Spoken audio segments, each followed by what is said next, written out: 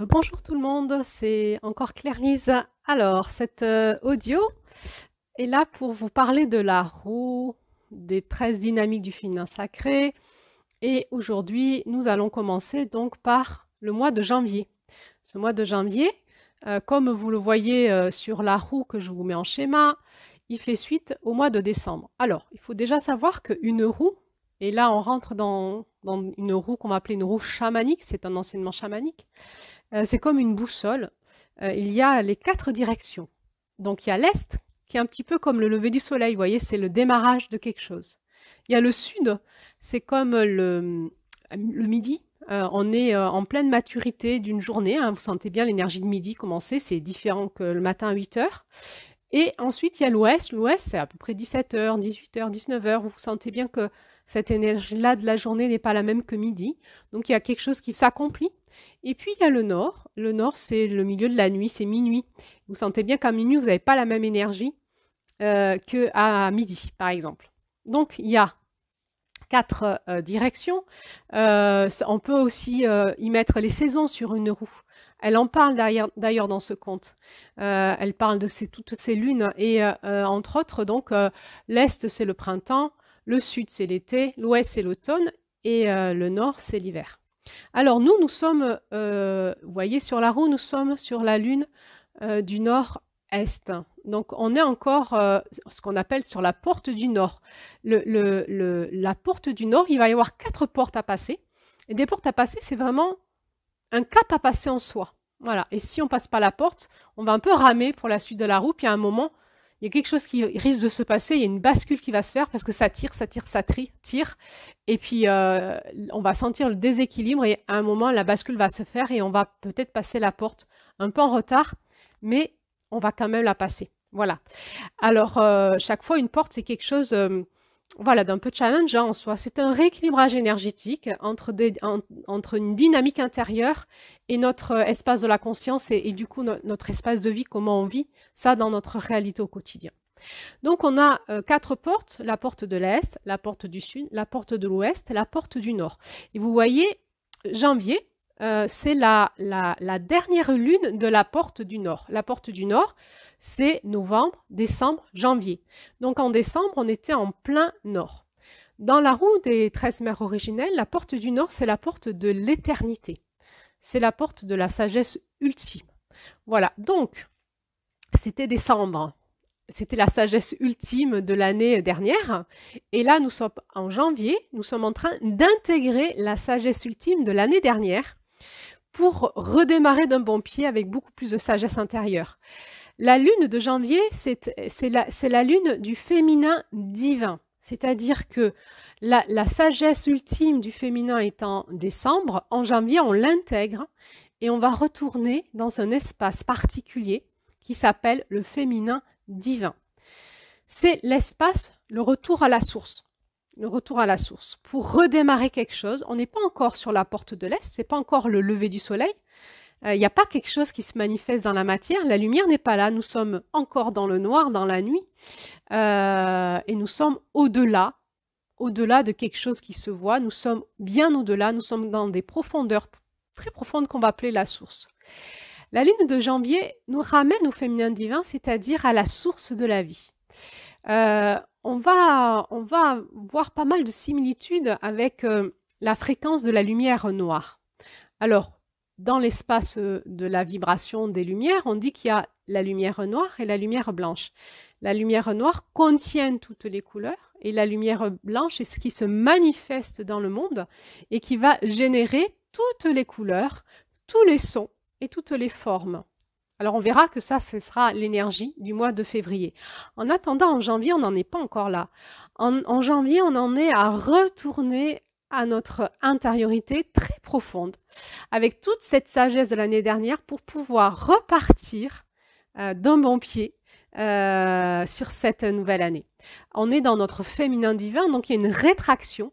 La lumière noire, c'est quelque chose qui aspire à l'intérieur. C'est comme une inspire. C'est comme une inspire qui nous fait revenir dans l'espace du noir total, de la pause, du repos, du néant.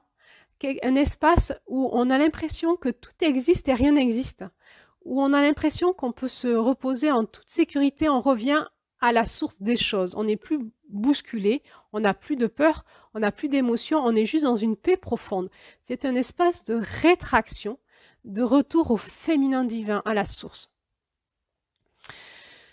Qu'est-ce qu'on va retrouver à cette source? Quand on retourne en soi, quand on retourne dans son soi, quand on retourne dans ses profondeurs, souvent l'hiver y est propice à nous aider à ne pas s'activer vers l'extérieur, mais à s'intérioriser. Et puis, donc, cette sagesse de décembre étant passée, nous allons encore, en janvier, être encore plus dans l'intériorité, mais dans une écoute, une conscience bien plus profonde qu'en décembre. Et nous sommes là dans un espace de pause, de repos. C'est un peu l'espace du vieillard qui fait le bilan, qui écoute le déroulé de sa vie avant de partir vers un nouveau cycle. Et nous aussi, nous sommes là dans ce bilan, cette pause, cette compréhension, cette sagesse profonde. On n'est pas encore à la 13e lune. Ou en tout cas, il y a la 13e lune de l'année dernière qui est en train de se faire en nous. Qui vient nous aider à faire repartir cette première lune de la roue d'après. C'est une énergie un peu particulière, ce féminin divin, parce que c'est le dernier mois d'une porte, c'est l'accomplissement de quelque chose, c'est le retour à la source en nous, à l'écoute intérieure. Les femmes le savent un petit peu, c'est l'énergie dans laquelle on est juste à l'apogée de nos lunes. Vous savez, on dit nos lunes, nos règles. Quand on a nos lunes, il y a un moment dans ce cycle où on évacue du sang et on évacue beaucoup de choses dans notre corps, et on a un moment où notre conscience est autre. Avant de repartir dans une activité, on va se remettre en action. Quand on a nos lunes, on n'a juste pas envie de bouger, on n'a juste pas envie d'être trop dans l'action, parce qu'il y a quelque chose en nous qui se met en pause et qui écoute, comme si on devenait un peu un oracle, comme s'il y a quelque chose qui s'ouvrait et qui va s'ouvrir à d'autres mondes. Vous savez, il y a quelque chose qui est toujours étrange pour tous les êtres humains et pour les scientifiques aussi, c'est le mystère de la création. Le mystère de la création, qu'est-ce qui se passe dans le ventre d'une femme quand elle est fécondée pour créer un enfant? Personne ne le sait. Le mystère aussi de l'incarnation des âmes. Il y a quelque chose dans le ventre des femmes, dans l'utérus des femmes, qui est automatiquement, de manière naturelle, connectée au divin. Même une femme qui n'est pas du tout, qui est païenne, qui n'a pas de spiritualité, elle a des enfants. Ça n'a rien à voir avec l'espace de la conscience.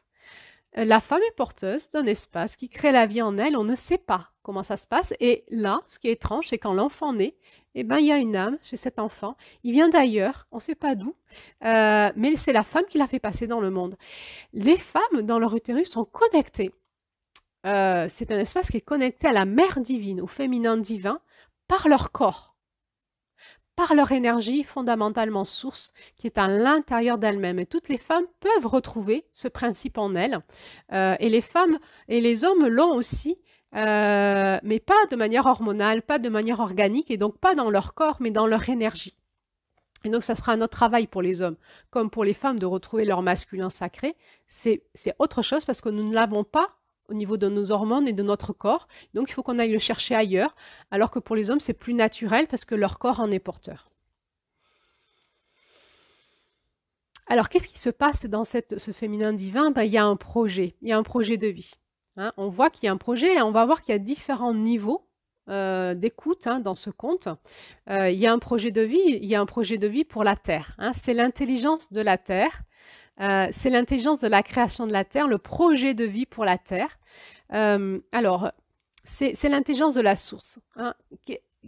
Pourquoi la Terre a été créée? Dans quel but? Quelle est la fonction de la Terre? Je parle de la planète. Eh bien, elle a une intelligence qui lui est propre. Et vous allez voir que chaque femme, dans ses contes, chaque mère, va nous parler à la fois d'une partie de nous, mais aussi d'une partie de la Terre, comme si elle était personnifiée. Nous sommes entièrement intriqués avec la Terre. Dans le chamanisme, on dit que nous sommes ses enfants. Ça veut dire quoi? Ça veut dire que notre corps fonctionne avec l'intelligence de la Terre. Il est limité, il a besoin d'eau, il a besoin de nourriture, il a un rythme, il a besoin de repos, d'action. Et il fait partie d'un écosystème planétaire et nous sommes des êtres humains, nous faisons partie du projet Terre. Et on peut entendre que la Terre en elle-même, c'est le féminin divin incarné. La Terre, c'est comme si c'était le féminin de Dieu. C'est la déesse mère.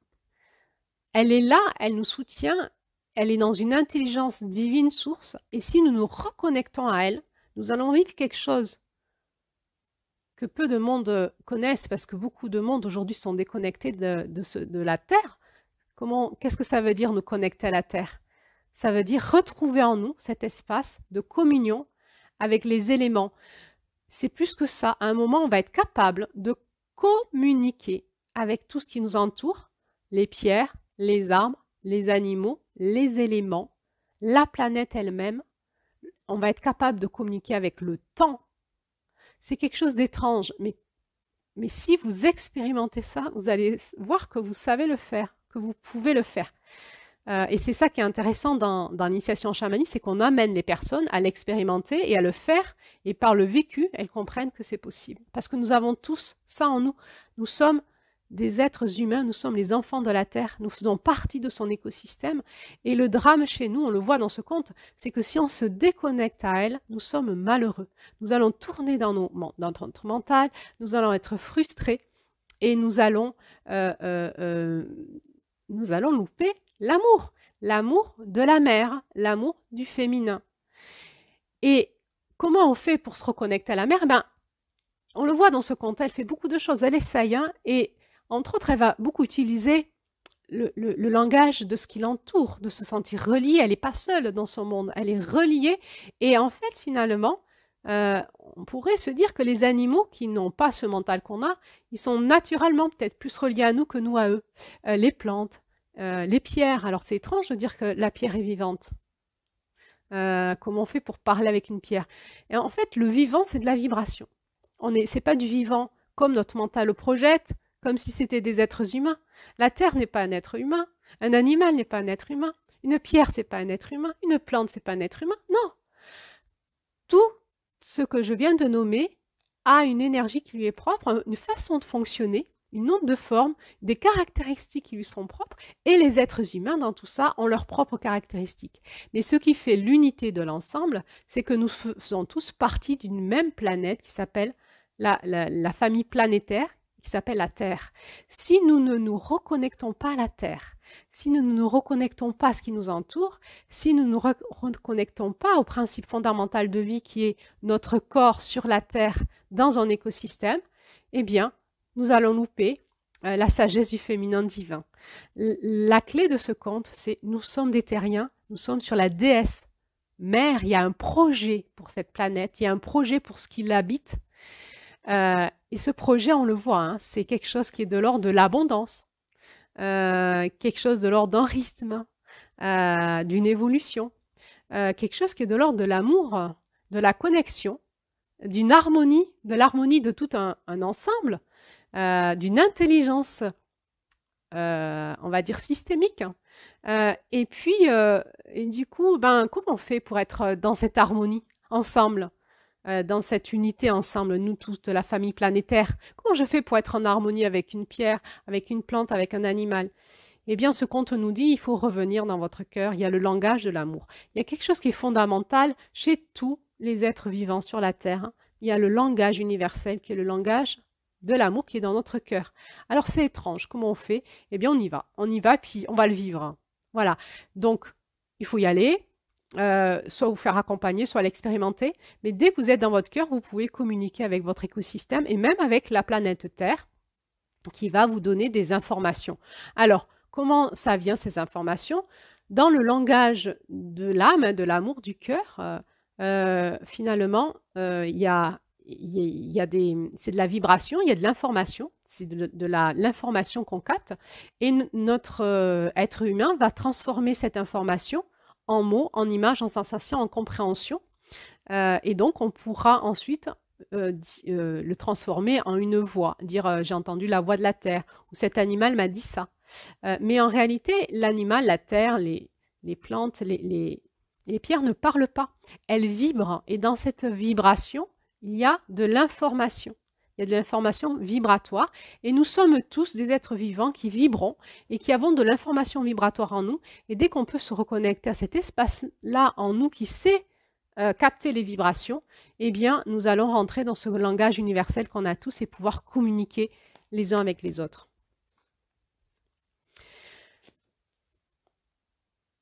Alors, donc cette lune de janvier, c'est à la fois la lune du féminin divin, de l'accomplissement de l'année dernière, de l'accomplissement de notre sagesse ultime, là on peut en être aujourd'hui, qui va nous reconnecter à quelque chose de l'ordre de l'abondance, de l'ordre d'être dans la présence, d'être ensemble, du sens de la vie. On est tous ensemble, je ne suis pas seule, je peux me reconnecter à mon écosystème, je peux même parler avec les êtres humains, avec mon cœur, même s'ils ne sont pas là. Et à la fois, c'est la première lune de l'année. Et donc, on est aussi, vous le sentez bien, dans la lune de janvier, on ne sait pas ce qui va se passer cette année. On est aussi tout frais, voilà.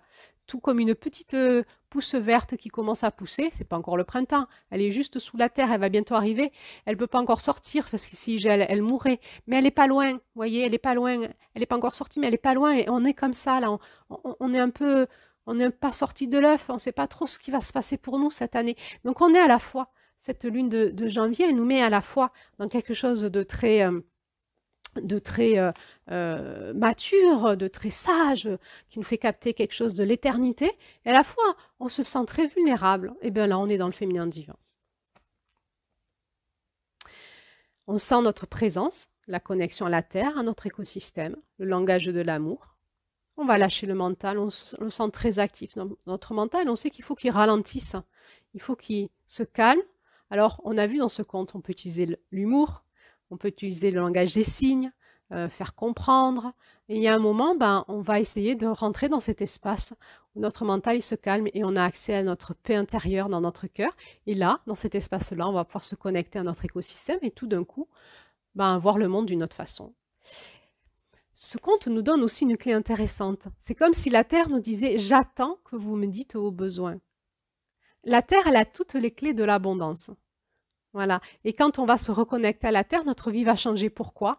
Parce qu'on va repartir dans cette intelligence de l'abondance. On va se laisser guider par la mère, par celle qui va nous donner dans le concret ce dont nous avons besoin. Et ça va se passer comment dans la vraie vie? Eh bien, par les synchronicités, par le hasard des choses, à force de vivre ça, nous allons voir que ce n'est pas du hasard, il y a vraiment une intelligence et quand on se reconnecte à la Terre et quand on l'écoute, quand on parle avec elle, quand on communie avec elle, quand on communique avec elle, on est vraiment en lien avec le féminin de Dieu, la déesse mère, la Terre. Et là, en fait, elle est responsable de nous soutenir comme une matrice, comme un utérus, pour nous faire aller dans notre destin. Elle va tout nous donner. C'est elle qui est responsable de nous donner tout ce dont nous avons besoin. Encore faut-il le lui dire, ce dont nous avons besoin. Comme une maman. Si un enfant ne dit pas à sa maman qu'il va aller faire pipi, elle peut pas le savoir et quand elle voit qu'il va se faire pipi dessus, elle le comprend, c'est un peu tard. Si nous avons des besoins, si nous ne l'exprimons pas à la terre, nous ne l'aurons pas. Et après, on aura l'impression que la vie est difficile. Alors c'est étrange. C'est étrange. Ça veut dire quoi se reconnecter à la Terre? Eh bien, c'est la première lune de janvier. Nous voyons que nous avons la flamme sacrée en nous, qu'on va appeler dans les initiations chamaniques l'Oranda, l'éternelle flamme d'amour qui brûle dans nos cœurs, cet espace divin dans notre centre où le masculin et le féminin sont reliés, qui est cette présence divine qui vient d'ailleurs de très loin, de très haute fréquence. Et cette couleur orange, comme nous l'a dit aussi Julie dans son audio sur la couleur, va nous parler de ça, de cette éternelle flamme d'amour que nous avons en nous et que tout être vivant a en soi. Et nous sommes tous des enfants de Dieu, quelque part. Des enfants du divin, des enfants de la source. Et en nous reconnectant en nous à ça, dans cette roue, dans cette lune de l'année qui est la plus grande et la plus naïve, la plus simple. Dans cet espace un peu étrange, à la fois on est très grand, très sage et très naïf, très simple. Eh bien, on est exactement là, dans le féminin divin, où on est prêt à accueillir ce que va nous dire cette vibration de l'amour en nous, dans notre cœur, cette flamme. Et il va être important qu'on puisse aussi s'y reconnecter. Sinon, le reste de l'année, ben, ça va être déconnecté et ça va pas tourner bien rond pour nous. Voilà, donc l'invitation de cette première lune, c'est de nous reconnecter à la Terre, de nous reconnecter à notre cœur, de nous reconnecter à tout notre écosystème et de nous reconnecter à la voix de l'amour en nous. Et la voix de l'amour en nous, il vient d'où? Il vient de cette flamme de l'éternel amour qui est en nous, qui vient de très très loin. Nous sommes tous porteurs, les êtres vivants, de cette flamme en nous. Et elle est porteuse d'amour. Et nous sommes des flambeaux de l'amour, nous sommes des porteurs de l'amour. Et alors de pouvoir nous reconnecter à cet espace-là, nous reconnecter à l'amour, va pouvoir nous permettre de vivre ensemble dans l'harmonie, dans une harmonie et un écosystème harmonieux et plein d'amour et aidant. Et c'est ça, en fait, le projet de la Terre. Alors, ben, je vous propose, si vous le souhaitez, de réécouter le conte pour pouvoir vous réimprégner à votre façon, avec votre propre prisme et regard de cette énergie de cette lune de janvier. Je vais vous faire une dernière audio qui va nous parler des blessures qu'on pourrait rencontrer en janvier en lien avec l'équilibre de cette roue.